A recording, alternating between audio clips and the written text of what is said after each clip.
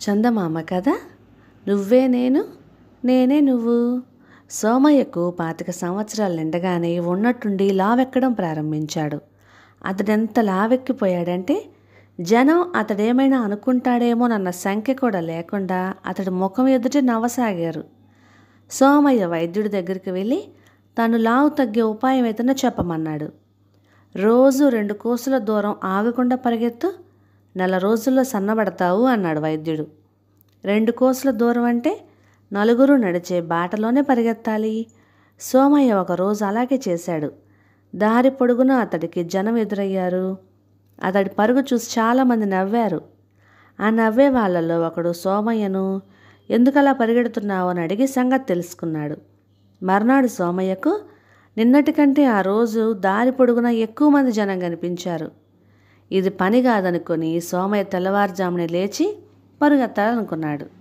ఒకరోజు అలాగే చేశాడు కూడా.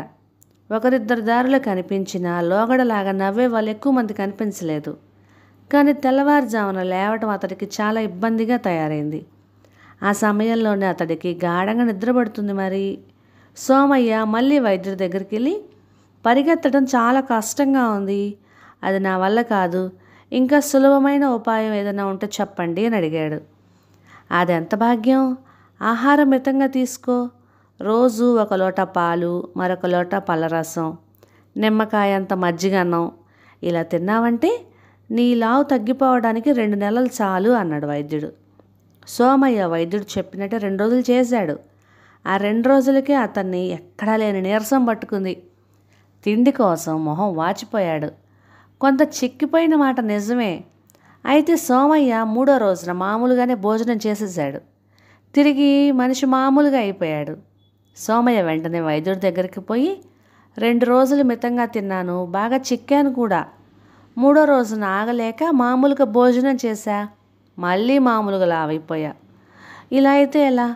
పూర్తిగా చిక్కి అలాగే ఉండిపోవాలంటే ఎన్నాళ్ళు మితంగా తినాలి అన్నాడు. ఎన్నాళ్ళేంటి, నువ్వు బతుకున్నన్నాళ్ళు ఇలాగే మితంగా తినాలి. ఎప్పుడైతే మామూలుగా తినడం ప్రారంభిస్తావో అప్పుడు వెంటనే మళ్ళీ లావెక్కడం ప్రారంభమవుతుంది. అది నీ శరీర తత్వం అన్నాడు వైద్యుడు. బతుకున్నన్నాళ్ళు తిండి లేకుండా మాడిపోవడం నా వల్ల కాదు, ఇంకేదైనా ఉపాయం ఉంటే చెప్పండి అని సోమయ్య ప్రాధేయపడ్డాడు. నా దగ్గర ఒక మందు ఉంది, అది వాడి చూడు అంటూ వైద్యుడు సోమయ్యకు 10 గుళికలు ఇచ్చి రోజు ఒక్కొక్కటి చొప్పున ఉదయమే వేసుకోమన్నాడు. మర్నాడు సోమయ్య ఒక గుళిక మింగాడు. గొంతు అంతా భగ్గుమన్నది.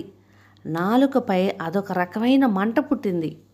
ఆ రోజంతా అతడేం తినలేకపోయాడు. గుళికల్లో బలవర్ధకమైన ఆహారం ఏదో ఉందట్టుంది. అతడికి నీరసం మాత్రం రాలా. మర్నాటికి సోమయ్యకు నాలుక మంట కొంచెం తగ్గినట్టు అనిపించింది. కానీ మళ్ళీ గుళిక మింగగానే యథాప్రకారం నాలుక మంట సాగింది. ఆ రోజు కూడా అతడేమీ తినలేకపోయాడు. అసంతృప్తిగా ఉన్నప్పటికీ సోమయ్య వైద్యుడిచ్చిన గుళికలన్నీ మింగాలి అనుకున్నాడు. ఆ రాత్రి సోమయ్య ఇంటికి ఒక మరగుజ్జువాడు వచ్చాడు. వాడు పొరుగురు వెళ్తూ వాన కారణంగా సోమయ్య ఇంట ఆగి ఆతిథ్యం కోరాడు. సోమయ్య అతడికి మర్యాద చేసి మంచి భోజనం పెట్టి తాను మాత్రం ఏం తినలేదు. నువ్వు చాలా మంచివాడివి, ఇలాంటి ఆతిథ్యం నాకెవ్వరూ ఇవ్వలా, కానీ నాతో కలిసి నువ్వు భోజనం చేయకపోవడం చాలా బాధగా ఉంది అన్నాడు మరగుజ్జు. అప్పుడు సోమయ్య మరగుజ్జుకు తన కథ చెప్పాడు.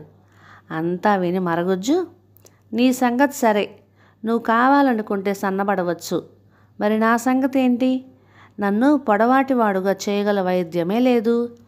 అంతా నా మరగుజ్జుతనం చూసి నవ్వుతున్నారు, నేనేం చెయ్యాలి అని అడిగాడు. అవును పాపం, నీది నాకంటే కూడా పరమ దీనస్థితి అన్నాడు సోమయ్య జాలిగా. నువ్వనే ఆ పరమ దీనస్థితి నాది కాదు, నీది అన్నాడు మరగుజ్జు. అదేలా అన్నాడు సోమయ్య ఆశ్చర్యంగా. ఇప్పుడు నువ్వు లావుగా ఉండడం వల్ల నీకొచ్చి నష్టమేముంది? అన్ని పనులు బాగానే చేసుకోగలుగుతున్నావు. అయితే అందరూ నిన్ను చూసి నవ్వుతున్నారని సన్నబడాలి అనుకుంటున్నావు. అంటే నిన్ను చూసి నవ్వే వాళ్ళ కోసం నువ్వు శ్రమ పడాలి అనుకుంటున్నావు అన్నమాట. మరి నీది దీనస్థితి కాక మరేంటి అన్నాడు మరగుజ్జు. అయితే నిన్ను చూసి ఎవరైనా నవ్వితే నీకు బాధగా ఉండదా అని అడిగాడు సోమయ్య. మొహమాట పడకుండా ఒక సంగతి చెప్పు. నా ఆకారం చూసి చాలామంది నవ్వుతారు, వాళ్ళతో పాటు నువ్వు నవ్వుతావా లేదా అన్నాడు మరగుజ్జు. సోమయ్య ఆ మాట నిజమేనని ఒప్పుకున్నాడు. అలాగే నీ ఆకారం చూసి నవ్వే వాళ్ళతో నేను నవ్వుతాను, అవునా అన్నాడు మరగుజ్జు. అంతే కదా మరి, నీ ఆకారం చూసి నాకు, నా ఆకారం చూసి నీకు నవ్వు రావడం సహజం అన్నాడు సోమయ్య. అది సంగతి. ఇప్పుడు మన సమస్యల పరిష్కారానికి ఎంత సులువైన మార్గం ఉన్నదో చెబుతాను విను. ఎవరైనా నిన్ను చూసి నవ్వారనుకో, అప్పుడు నువ్వే నేను అనుకో. నన్ను చూసి ఎవరైనా నవ్వినప్పుడు నేనే నువ్వు అనుకుంటాను. ఇంక బాధేముంది అన్నాడు మరగుజ్జు నవ్వుతూ. మరగుజ్జు మాటల్లో ఎంతో నిజం ఉండదనిపించింది సోమయ్యకు.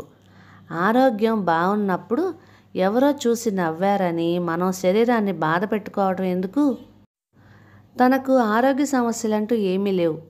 కేవలం లావుగా ఉండడం వల్ల ఎదుటివారు నవ్వుతున్నారు అన్న కారణంగానే తను సన్నబడాలి అనుకున్నాడు. సోమయ్య మరగుజ్జుకు నమస్కరించి, నీకు ఆతిథ్యం ఇవ్వటం నాకు మేలే అయ్యింది. నువ్వు మహాజ్ఞానిలాగా హితబోధ చేశావు. ఇంక నాకు ఏ సమస్యలు లేవు అన్నాడు. ఆ తర్వాత సోమయ్య లావు తగ్గలేదు. కానీ అతన్ని చూసి నవ్వే జనం మాత్రం క్రమంగా తగ్గిపోయారు. కథ సమాప్తం. ఇక ఈ కథ మీకు నచ్చినట్లయితే ఇలాంటి మరెన్నో తెలుగు చిట్టుపొట్టి కథల కోసం please like, share and subscribe to my channel. Thank you.